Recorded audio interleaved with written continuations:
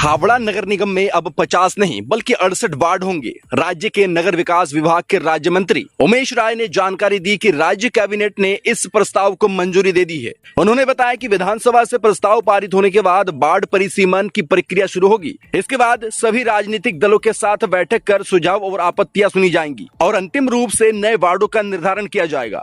मंत्री उमेश राय के अनुसार हावड़ा नगर निगम और बाली नगर पालिका के चुनाव नवंबर महीने के अंतिम सप्ताह में कराए जाएंगे। हालांकि बाली नगर पालिका में वार्डों की संख्या में कोई बदलाव नहीं होगा। वहां पहले की तरह 35 वार्डों में ही चुनाव संपन्न होंगे। उमेश राय ने यह भी कहा कि दिसंबर से पहले सप्ताह से नवनिर्वाचित बोर्ड कार्यभार संभाल लेगी, जिससे हावड़ा में विकास कार्यों को और गति मिलेगी। বালিতে কোনো ডিলিমিটেশনের বিষয় নেই, যেটা 35 ছিল সেটা আছে।